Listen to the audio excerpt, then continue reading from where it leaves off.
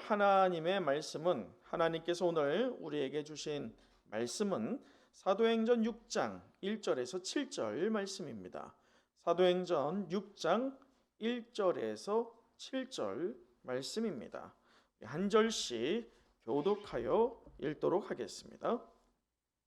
그때 제자가 더 많아졌는데 헬라파 유대인들이 자기의 과부들이 매일의 구제에 빠짐으로 히브리파 사람을 원망하니 12사도가 모든 제자를 불러 이르되 우리가 하나님의 말씀을 제쳐놓고 접대를 일삼는 것이 마땅하지 아니하니 형제들아 너희 가운데서 성령과 지혜가 충만하여 칭찬받는 사람 7을 택하라. 우리가 이 일을 그들에게 맡기고 우리는 오로지 기도하는 일과 말씀 사역에 힘쓰리라 하니 온 무리가 이 말을 기뻐하여 믿음과 성령이 충만한 사람 스데반과 또 빌립과 브로고로와 니가노르와 디몬과 바메나와 유대교에 입교했던 안디옥 사람 니골라를 택하여 사도들 앞에 세우니 사도들이 기도하고 그들에게 안수하니라. 함께 읽겠습니다. 하나님의 말씀이 점점 왕성하여 예루살렘에 있는 제자의 수가 더 심히 많아지고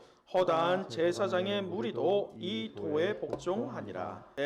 지난 한 주 마음이 또 기분이 저에게 있어서 말이죠. 좋지 않게 하는 뉴스가 하나가 있었어요. 아주 자극적인 타이틀을 내세워서 저에게 또는 성도들에게 기분이 안 좋게 하는 뉴스가 있었습니다. 아마도 오늘 예배를 드리는 분들 가운데 저처럼 그 뉴스를 접한 분들이 있을 거라 생각이 되는데 그 뉴스의 혹시 타이틀이 무엇이었던지 아십니까? 그게 뭐였냐면 이제 개신교라면 지긋지긋해. 이게 뉴스의 타이틀이었어요. 이제 개신교라면 지긋지긋해. 뉴스 내용은 이 코로나 발생 후에 1년여간 안전세마다 교회들, 참고로 이 교회들 얘기하기 전에 우리나라가 기독교 국가라고 속칭 말합니다. 우리나라 기독교 인구 비율이 혹시 어떻게 되시는지 아십니까? 2018년 기준으로 대략 찍어보세요. 몇 프로 될까요? 100%의 인구수 중에 27.5%입니다. 그런데 이 27.5% 안에는 건강한 우리 은성교회 같은 교회도 있지만 무엇도 섞여 있다? 기독교적인 색채가 가미된 소위 이 예배적인 형식과 비등한 성경과 이런 것들이 가미가 된 어떤 단체도 속해 있다? 이단도 속해 있어요. 소위 이단, 신천지나 BTS 역시나 우리 교단에서는 이단이라고 이미 정제된 지 오래인 교단입니다. IM 선교단체 역시나 출처를 알 수 없는 선교단체입니다. 소위 건강하다라고 할 수 있는 방역 지침에 따르는 교회들이 아닌 아주 자극적인 매체들이 자극적인 뉴스의 제목을 뽑기 위해서 전체 개신교가 마치 이 일대 코로나를 야기시키는 것처럼 하는 그 뉴스가 저의 마음을 참 불편하게 했습니다. 여러분, 근데 인터넷으로 뉴스를 보다 보면요, 그 뉴스 아래 무엇이 달립니까? 댓글이 달려요. 혹시 인터넷으로 핸드폰으로나 노트북 또는 컴퓨터로 뉴스를 보시면서 댓글을 읽어보신 적이 있으십니까? 그 댓글 보면 참 처참합니다. 근데 더 저에게 문제다. 이게 정말 더 큰 문제구나. 어떤 매체는요, 늘상 그렇습니다. 사실 여부가 중요하지 않아요. 매체는 사람들의 이목을 끌는 것이 1순위입니다. 그렇게 자극적인 타이틀을 쓸 수밖에 없다라고 생각할 수 있어요. 근데 더 문제는 제가 바라보았던 더 심각한 문제는 그 댓글을 살펴보면 믿는다라고 하는 분들도 댓글을 씁니다. 근데 그 댓글에 믿는다라고 하는 사람들이 이 기독교를, 건강한 개신교를 방어하고 또 변론할까요? 그렇지가 않다라는 거예요. 신앙의 뿌리가 완전히 흔들려지는 상황이 보여지더라는 것이죠. 사랑하는 은성의 성도 여러분, 우리는 세상에 살면서 세상의 흐름과 상황만을 바라봐서는 안 될 줄 믿습니다. 오히려 저마다 당면한 위기와 전체가 당면한 이 위기를 통해서 초대교회가 그러했듯이 우리가 성도라는 하나님의 부름을 받았다라고 한다면 우리의 무엇을 회복해야 되느냐? 이 어려운 시기, 이 위기의 시기에 오히려 거룩을 회복해야 할 줄 믿습니다. 여러분, 우리가 통탄해야 할 게 무엇입니까? 개신교, 이제는 지긋지긋해. 그 책임이 우리는 피해갈 수 있느냐는 거예요. 여러분의 개개인의 삶에 정말 개신교 성도로서 깨어있는 예배자로서 내 삶에서 예배자의 본이 세상 가운데 드러났냐, 거룩의 본이 드러났냐는 것입니다. 그렇게 우리는 피해갈 수 없어요.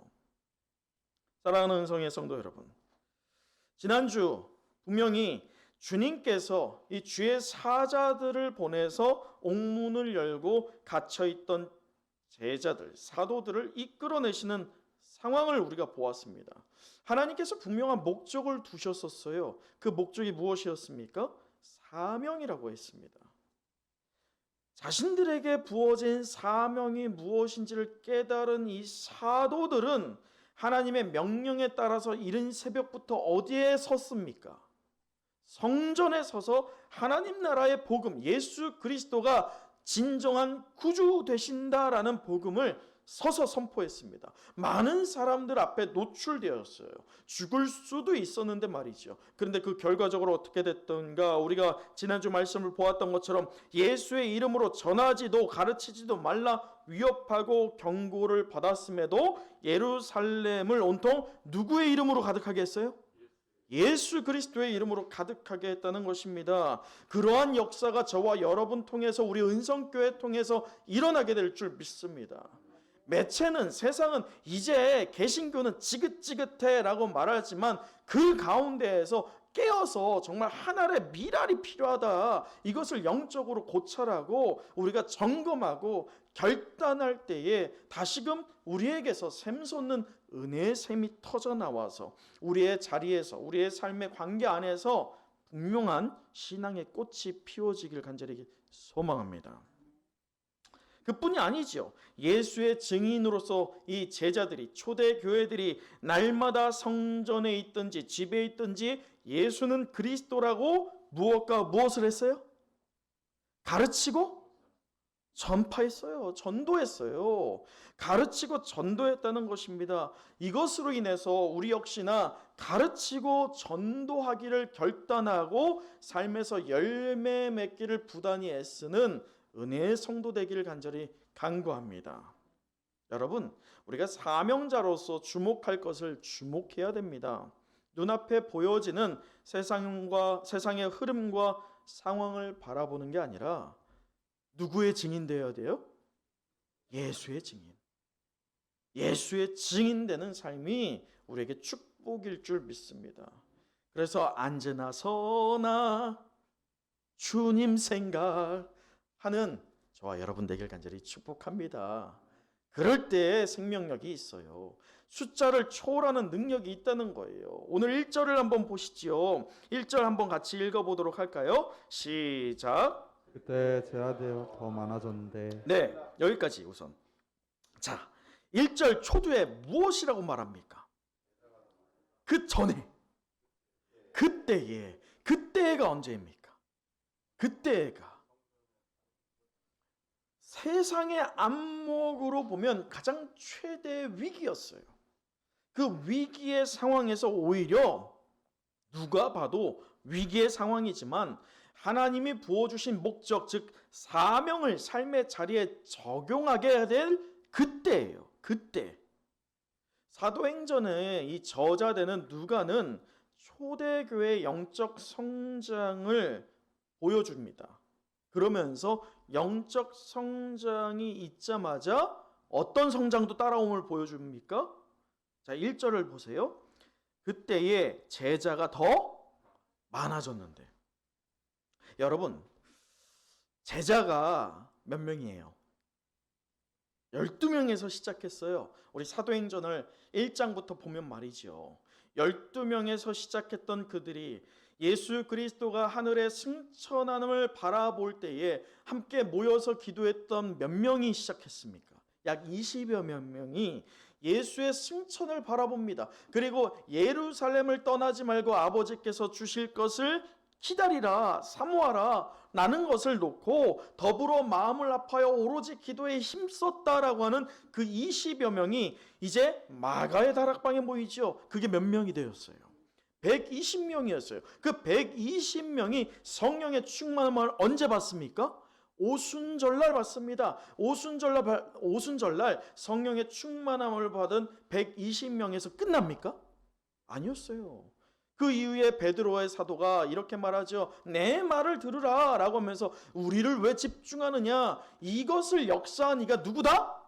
예수 그리스도다 라고 하는 그 선포를 듣고 남자만 몇 명이 변화됩니까? 바로 그 자리에서 세례를 받죠. 몇 명이요? 3,000명이에요. 3,000명이 변화되고 나서 또 그 이후에 이 베드로가 앉은 뱅이 나면서부터 못 걷게 되니 몇 년을 못 걸었어요. 40년을 못 걸었던 그를 손을 잡아 일으킵니다. 무엇이라고 합니까? 은과 금은 내게 없거니와 내게 있는 이것을 너에게 주노니 누구의 이름으로 일어나 걸어라? 예수의 이름으로 일어나 걸으라 라고 하자마자 그 사건에 연계되어서 두 번째 베드로의 복음의 증거를 통해서 몇 명이 또 예수를 믿는 자가 됩니까? 남자만 5,000명이에요. 남자만 5,000명. 여러분, 이런 역사들이 일어나는데 사도행전 5장 14절에 보면 이제 어떻게 표현되느냐? 남녀의 큰 무리더라 라고 하면서 이제 숫자를 헤아리는 것을 어떻게 해요? 포기합니다. 왜 그럴까요? 너무 많아지는 거예요. 최소 이 모든 숫자를 합해 보면 최소 2만 명에서 3만 명 정도가 되었을 것이다 라고 이 역사학자, 성경학자들은 해석을 합니다. 여러분, 교회가 부흥하기 위해서 필수적이라고 하는, 잘 기억하세요. 잘 들으세요. 세속적인 요소가 있어요.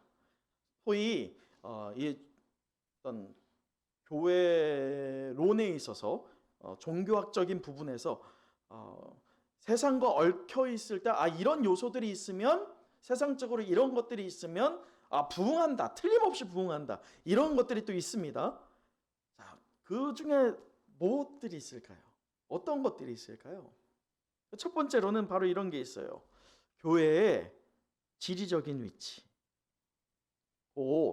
편의성, 이 얼마나 교통이 편하고 근접성이 있느냐, 이런 것들이 소위 젊은 층들한테는 굉장히 필수적이 되었어요.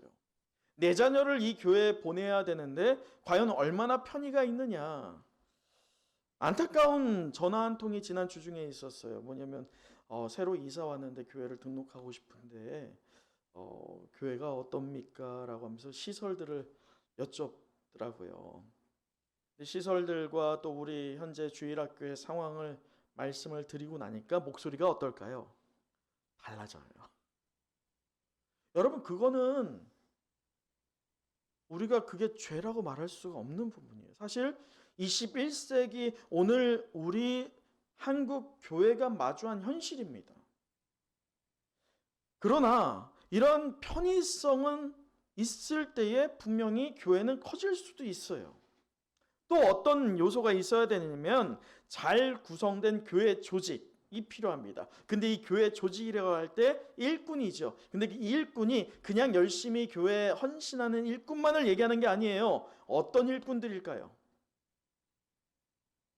소위 세상적으로 잘 나가는 사람, 부유한 사람, 지식적으로 어디 내놔도 소위 부족함 없는 사람, 배경이 탄탄한 사람, 이런 사람들, 기랴성 같은 그런 사람들이 교회 곳곳에 포진되어 있을 때 새가족들이 오거나 누군가가 와서 보았을 때 와, 이 교회는 뭔가 있네. 아, 인텔리적이네.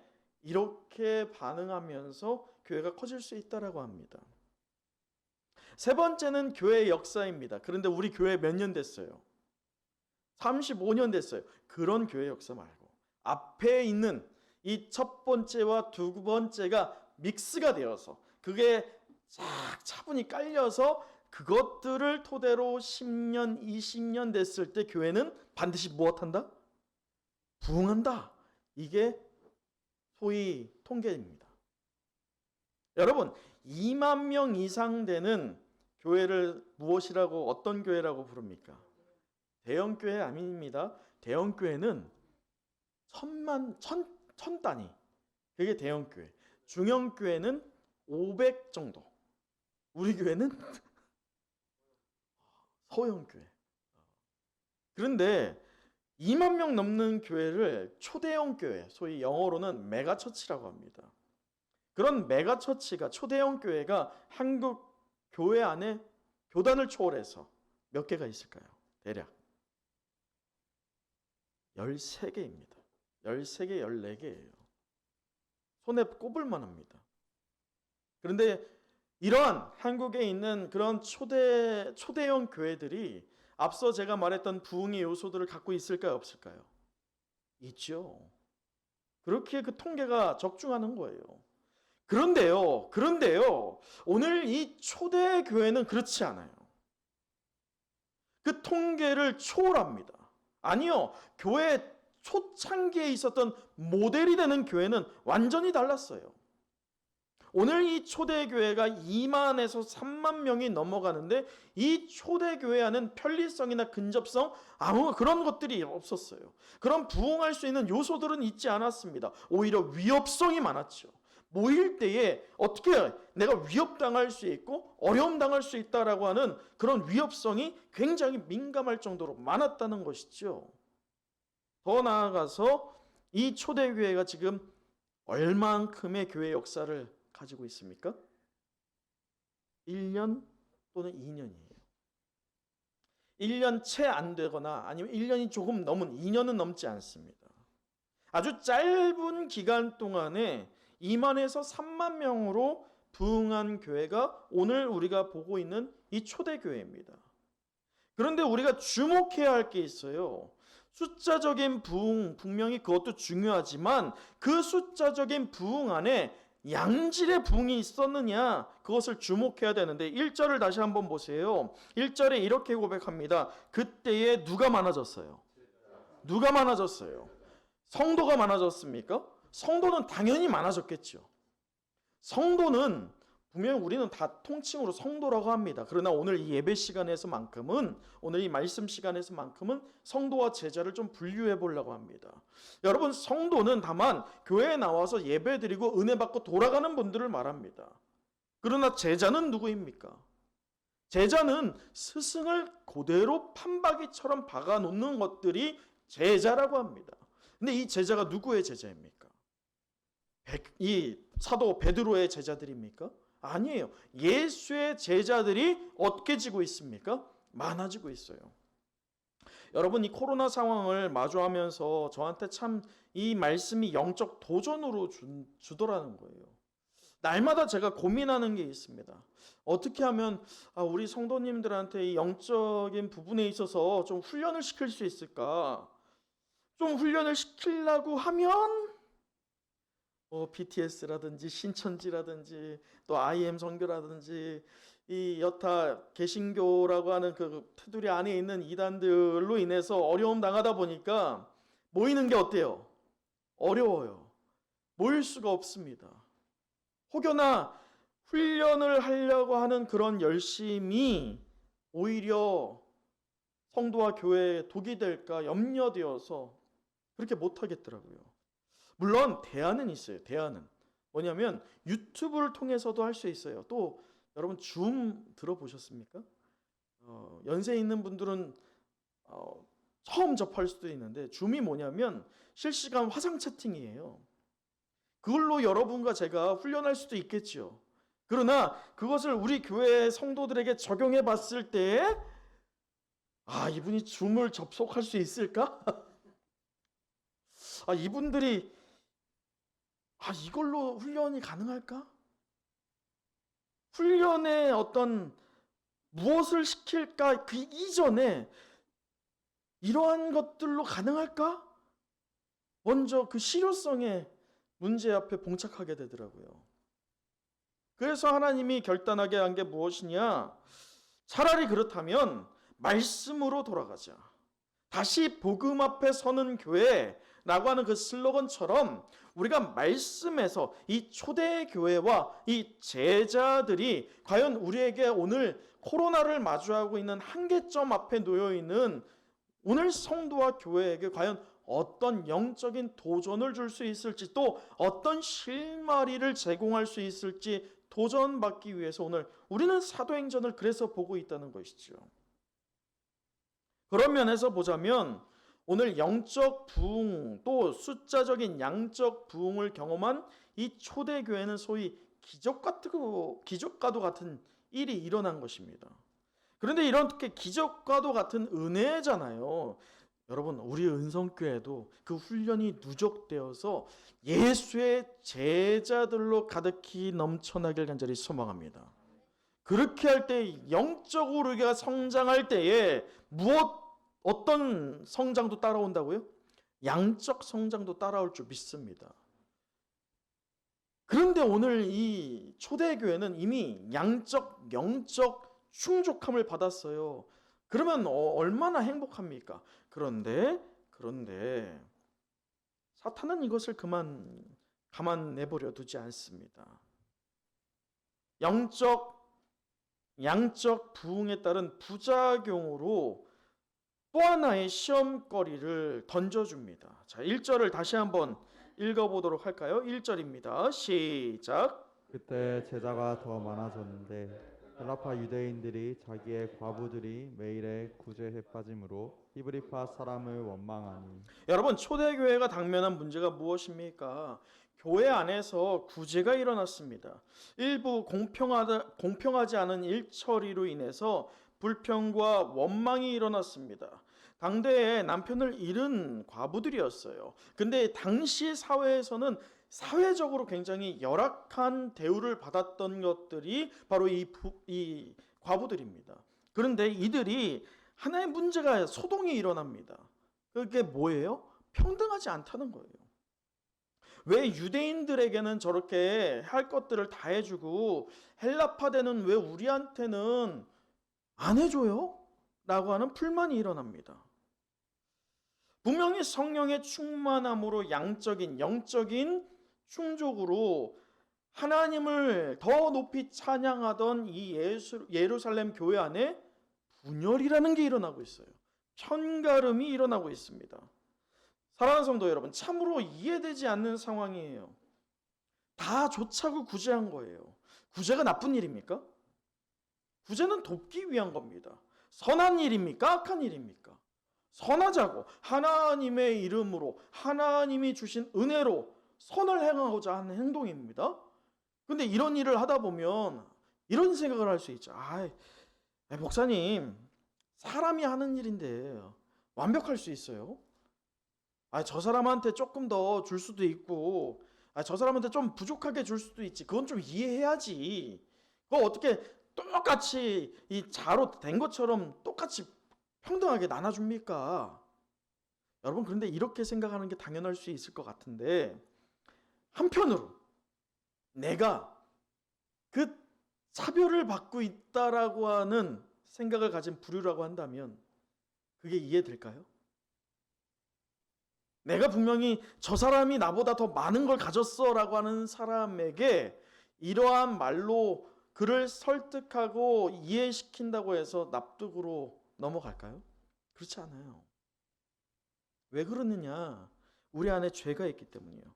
이 내면에 악함이 있기 때문에 내가 조금이라도 손해보지 않으려는 마음이 우리 마음에 있더라는 거예요. 아무리 성도고 예수의 제자다 할지라도 그 마음에 손해보려지 않은 그런 악한 감정들이 있더라는 것이죠.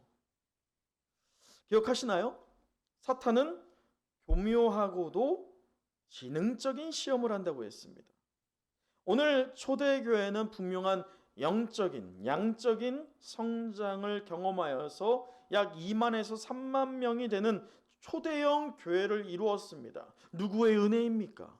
하나님의 은혜예요. 그럼 그 은혜가 이제 누리면 될 것 같아요. 근데 그 누려야 될 그 상황에 사탄이 교묘하고도 지능적인 시험으로 걸어옵니다. 여러분, 아무리 튼튼하고 거대하게 지어진 댐이라 할지라도요, 그 댐 벽에 생긴 아주 미세하고 작은 균열이 그것을 빨리 처리하지 않으면 어떻게 될까요? 결국 댐은 무너집니다. 그것처럼 아무리 성령 충만함을 경험한 교회요, 또 생명이 넘쳐나는 공동체이다 할지라도 그 안에 발생된 아주 작은 틈을 그대로 방치하고 그냥 그럴 수도 있지, 그냥 그러든가 말든가 이렇게 하면 교회는 끝내 어떻게 됩니까? 분열됩니다. 오늘 초대교회는 그 분열이라고 하는 상황을 마주하고 있어요. 아주 긴급하고 소동이 일어날 것 같은 그 바로 코앞에 두고 있다는 거예요. 자, 이러한 상황에서 치밀한 사탄의 전략을 사도들과 초대교회는 어떻게 극복했는지 우리가 좀 적용해 보는 시간을 가지려 합니다. 여러분, 세상적인 안목으로 생각해 보세요. 저에게 다들 아시지만 누나 둘이 있습니다. 학창 시절에 누나 둘이 싸울 때 항상 어려운 질문을 저한테 합니다. 어떤 질문을 할까요? 야, 누구 말이 맞아? 그러면 어떻게 해야 돼요? 제가 듣고 지금은 큰 누나 말이지, 지금은 작은 누나 말이지, 이렇게 하면 어떻게 될까요? 큰일 나는 거예요. 큰일 나는 거예요. 그때는 머리 극적극적하면서 멍청한 척을 해야 돼요. 잘 모르겠는데. 그렇게 해야 돼요. 누가 하나 편을 들어주면 안 돼요. 여러분, 분명히 지금 사도들에게 이 왜 형평성을 골고루 따지지 않고 원망을 하고 있는 이 지금 여자들이 왔잖아요. 이들이 원하는 게 뭐예요? 사도들에게 원하는 게 시시비비를 가려달라는 거예요. 누가 잘못했는지, 또 얼마나 우리가 손해봤는지, 또 쟤네가 손해보지도 않았는데 왜 저렇게 우기는지 그거를 가려달라는 거예요. 그러면 사도들은 이제 뭘 하면 됩니까? 가려주면 될 뿐입니다. 마치 솔로몬처럼 지금 내가 들어보니까 이거는 이렇게 하고 저건 저렇게 합시다, 이렇게 결단을 내려주면 됩니다. 쉬운 게 뭐예요? 이거 하지 마, 그냥 굳이 하지 마. 야, 이렇게 시끄러운데 뭐하러 해? 이 좋자고 한 일인데 뭐하러 이렇게 해? 하지 맙시다. 아니면 그러면 헬라파는 헬라파대로 하고 이 유대교파는 유대교파대로 합시다. 아주 깔끔한 겁니다. 근데 오늘 사도들은 그렇게 하지 않습니다. 한번 2절을 같이 한번 읽어보도록 하지요. 2절 말씀입니다. 시작. 12사도가 모든 제자를 불러 이르되 우리가 하나님의 말씀을 제쳐놓고 접대를 쌓는 것이 마땅하지 아니하니. 여러분, 2절을 한번 생각해 보세요. 우리 여러분이 만약에 지금 원망으로 가득한 그 여인이 된 상태로 한번 생각해 보시죠. 이제 저 사도들의 입에서 내가 어떤 얘기를 듣고 싶어요? 나한테? 이런 얘기를 듣고 싶어요. 그러면 이제 귀 기울이고 있는데 지금 그 귀 기울이고 있는 내게 사도들이 대답하는 게 지금 어떤 거예요? 2절이 너무 상황에 맞지 않아요. 이 여인들이 원하는 대답이 전혀 아닙니다. 어떻게 보면 완전 생뚱맞은 대답을 하고 있어요. 상황에 맞지 않은 대답을 하고 있습니다. 그런데 이 대답을 보면 초대교회의 사도들은요, 영적으로 일어난 이 문제의 본질을, 핵심을 꿰뚫고 있다는 것을 알 수 있습니다. 여러분, 때때로 우리 주위에 별거 아니라 생각하였던 질병으로 잠깐 하루 정도 입원하는 분들이 계십니다. 그런데 그 입원했다가 일어나지 못하고 그대로 운명하시는 분들이 있어요. 어떤 일 때문에 그러느냐? 급성 폐혈증 때문에 그렇습니다. 이 급성 폐혈증이 뭐냐면 여러 가지 방법으로 신체 내에 침입한 이 미생물, 아주 작은 미생물, 눈에 보이지도 않는 그 미생물들이 일으키는 중증 감염병이 바로 급성 폐혈증입니다. 근데 이 폐혈증이요, 세균, 박테리아, 바이러스, 곰팡이 등의 미생물들로 일어나는데 우리 몸에 침투해서 소위 피를 어떻게 하는지 아세요? 혈전이라고 하죠. 혈전이 뭡니까? 피가 엉키는 거예요. 엉키는 게 뭐예요? 이게 피가 죽는 거예요. 피가 썩는 겁니다. 혈전을 일으킵니다. 혈전을 일으키면 어떤 문제가 일어나냐면 아주 심각해지죠. 두 가지 크게 일어납니다. 체온이 상승합니다. 38도 이상으로.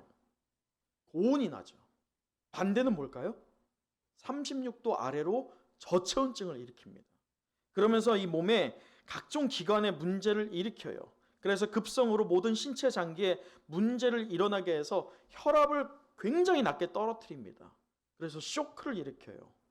그래서 급성 폐혈증을 이 초기에 진압하지 않으면 그 사망률이요, 몇 프로가 되는지 아세요?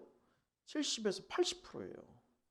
그래서 급성 폐혈증이 굉장히 위험하고 무서운 병이라는 것입니다. 그런데요, 이 급성 폐혈증 대부분 증상이 발생 24시간 이내에 빠르게 조치하지 않으면 아까 방금 말한 것처럼 70에서 80%는 죽어버립니다. 사망에 이르게 됩니다. 그렇다면 이 급성 폐혈증에 있어서 가장 효과적인 방법은 무엇일까요? 치료법은 말이죠. 그게 무엇이냐면 그 아까 말했죠. 몇 시간 내에? 24시간 내에. 24시간 내에 빠르게 이 원인을 찾아내야 돼요. 원인을 찾아내고 그 원인이 되는 신체에 무엇을 넣느냐? 항생제를 소위 들이다 붓는 거예요. 그래서 병균을 빨리 멸균 상태로 만드는 것이죠. 그렇게 해서 24시간 내에 항생제로 이것을 빨리 조치하지 않으면 사망에 이를 확률이 굉장히 높아지는 게 폐혈증입니다. 그러면 그 24시간 내에 의사나 병원에서는 그냥 이거 좀 더 지켜봅시다, 이렇게 할까요? 절대 그러지 않습니다. 여러분, 신앙의 문제에 있어서도 똑같습니다. 분명히 우리 은성교회가 하나님의 일을 해 나갈 때에 영적으로나 또 양적으로 하나님이 부어주시는 부흥이 임하길 간절히 소망합니다.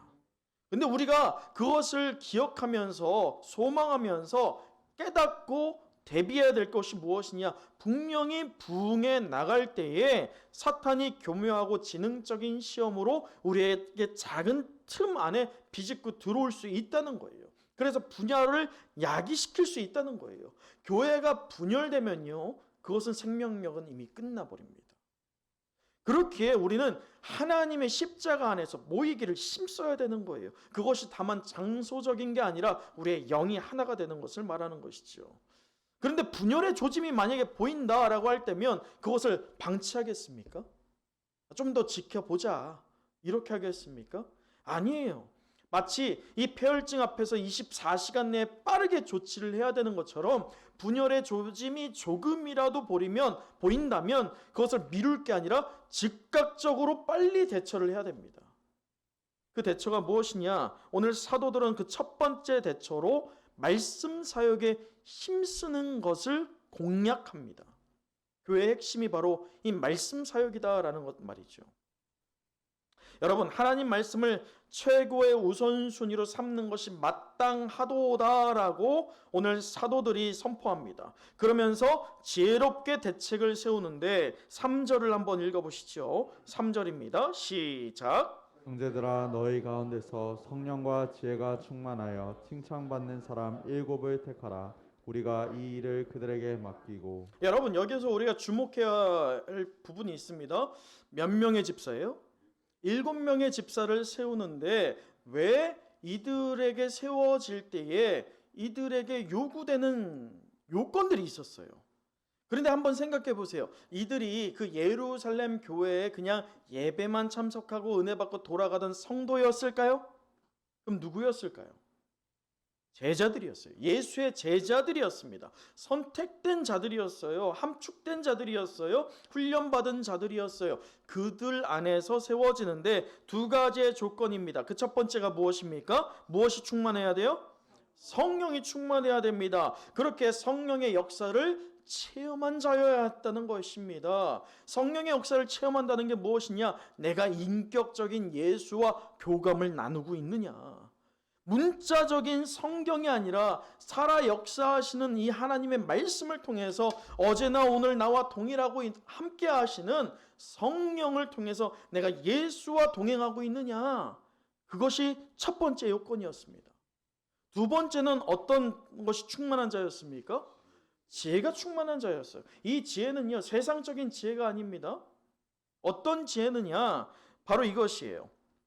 뭐냐면 세상의 지혜가 아니라 하나님이 주시는 지혜를 소유해서 내가 이미 가지고 있는 지식의 의미와 본질, 내가 이미 갖고 있는 무엇이요? 지식, 내가 이미 갖고 있는 지식이에요. 그것을 깨닫게 하십니다. 그리고 그 깨달음으로 궁극적으로 내 삶에서 누구를 드러내게 하는 거예요? 하나님, 예수 그리스도를 드러내게 하는 것. 결국 쉽게 말해서 뭐냐면 내가 예수를 드러내기 위해서 막힘없이 전도하고 가르칠 수 있는 자, 그것이 바로 지혜예요. 성경이 말하는 지혜는 세상을 얼마나 지혜롭게 사느냐 그게 아닙니다. 얼마나 내가 투자를 어디에 하고 어떤 수익을 벌이고 이 사람과 어떤 관계를 맺어야 되고 앞뒤를 재는 그런 센스를 말하는 게 아닙니다. 하나님의 말씀을 얼마나 잘 가르치고 전도할 수 있을까, 그것을 말하는 지혜예요. 그것이 지혜로서 7명이 세워졌을 때에 그 사람들의 이름이 5절에 나열되죠. 여러분 기억하십시오. 이 7명을 통해서 분열의 조짐이 있던 교회가 어떤 변형이 일어나느냐? 분화로 일어나는 거예요. 여러분, 분화가 무엇입니까? 일에 따라서, 사람의 성향에 따라서 나눠지는 거예요. 좀 더 효과적인 운영을 하기 위해서 나눠지는 것입니다. 여러분, 그러함으로 우리 은성교회 예수의 제자가 풍성해지길 간절히 소망합니다. 또한 은성의 모든 영가족들이 성령 충만한 자, 지혜 충만한 자가 되기를 간절히 사모합니다. 또한 하나님께서 우리를 칭찬받는 직분자들로 세워주셨을 줄 믿습니다. 그렇게 저와 여러분 통해서 우리 은성교회가 분열이 아니라 무엇이 이루어져야 됩니까? 분화. 그래서 하나님의 충성된 일꾼들로서 하나님의 나라와 또 몸된 교회를 세워나가는 복된 인생들 되길 간절히 소망합니다. 자, 그러면서 이 사도들은 말씀 사역에 힘쓰는 것을 공략하게 되는데, 여러분, 말씀 사역하는 게 다만 어디 목사만 해야 할 일입니까? 말씀을 보기를 목사만 봐야 됩니까? 저도 요즘에 성경 일독을 집중적으로 하다 보니까 저는 한 3번 읽거든요. 너무 좋더라고요. 성도분들과 같이 읽다 보니까. 사실 목사이지만 부끄럽게도 성경 일독을 많이 못합니다. 설교 준비하는데 목사님 어떻게 성경을 많이 못 봐요?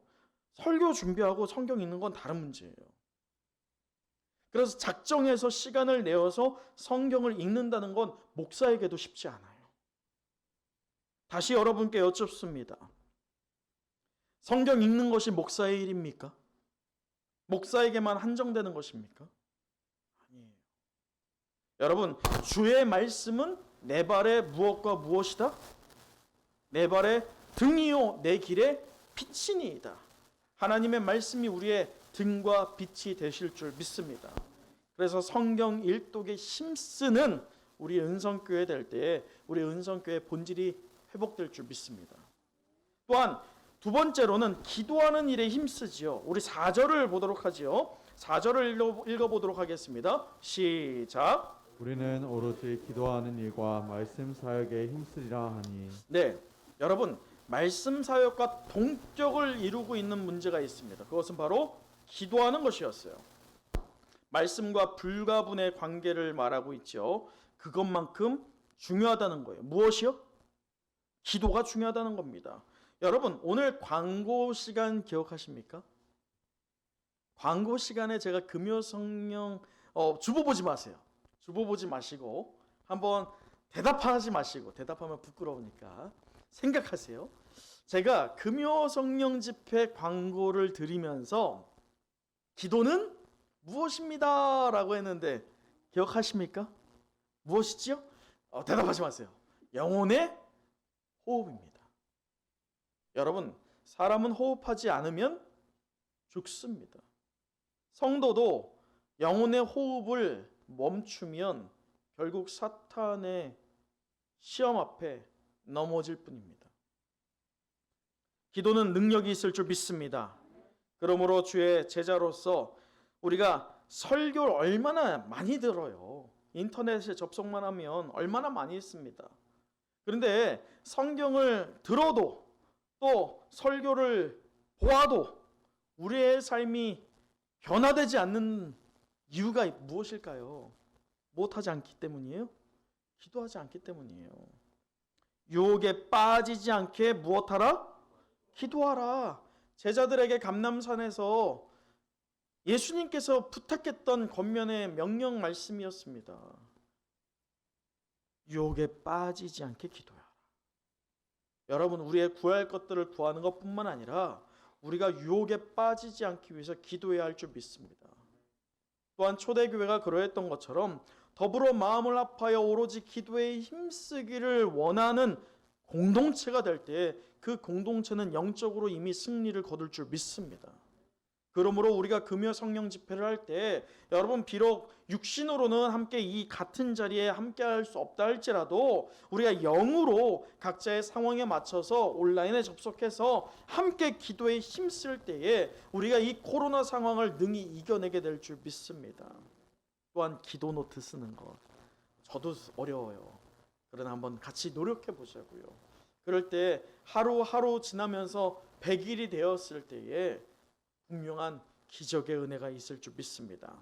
말씀을 마치겠습니다. 우리가 하나님의 일을 우리 은성에 속한 가정과 교회에 적용하면서 문제의 핵심을 공략하라라는 제목으로 말씀을 보았는데, 마지막으로 7절을 읽어보겠습니다. 7절 시작. 하나님의 말씀이 점점 왕성하여 예루살렘에 있는 제자의 수가 더 심히 많아지고 허다한 제사장의 무리도 이 도에 복종하니라. 여러분, 이렇게 분명한 영적 문제에 당면했을 때 그것이 영적인 문제구나라는 것을 깨달은 사도들이 그 문제의 핵심을 공략합니다. 그래서 말씀과 기도하는 것이 우선되는 본질이라는 것을 다시 붙잡습니다. 그러자마자 7절에 보는 것처럼 하나님 나라의 말씀이 점점 어떻게 됩니까? 커져갑니다. 왕성해져 갑니다. 더 나아가서 또 말씀을 보면 예루살렘에 있는 제자의 수가 어떻게 됩니까? 그냥 많아져요? 심히 많아집니다. 더욱더 교회는 커져간다는 것입니다. 그런데 더 큰 기적이 있어요. 예수님이 물 위를 걷는 것도 기적이고, 또 오병이어를 일으켜서 여러 사람을 먹인 것도 기적이요, 앉은뱅이를 일으킨 것도 기적이지만 오늘 이 말씀이 정말 기적이 일어납니다. 그게 뭐냐면 7절의 하단에 허다한 누가 무리가 이 돌을 복종합니까? 제사장이에요. 독사의 자식들아 라고 들었던 제사장들입니다. 그 허다한 무리들이 예수의 말씀 앞에 복종하게 된다는 것이죠. 여러분, 매체들은 분명하게 이제 개신교는 지긋지긋해 라고 말할지 몰라요. 그러나 이러한 상황 앞에서 현실만 보는 게 아니라, 이 현실의 흐름만 꿰고 있는 게 아니라 영적인 문제를 우리가 핵심을 공략하여서 우리의 삶에서 분명한 결단하고 열매를 맺어갈 때에 분명히 오늘 기적 같은 일, 제사장의 무리가 예수의 도를 복종하였던 것처럼 완악하고 또 팽배하여서 절대 복음이 들어가지 않을 것 같은 우리의 가족 구성원들이나 또 내가 맺고 있는 관계 안에서의 어떤 이들이 여러분 통해서, 우리 은성교회 통해서 변화되고 하나님의 말씀의 도를 깨달음으로 복종함으로 다시 한번 우리 영적의 부흥을 사모하는, 또 누리게 되는 우리 은성교회 될 줄 믿습니다. 기도하겠습니다.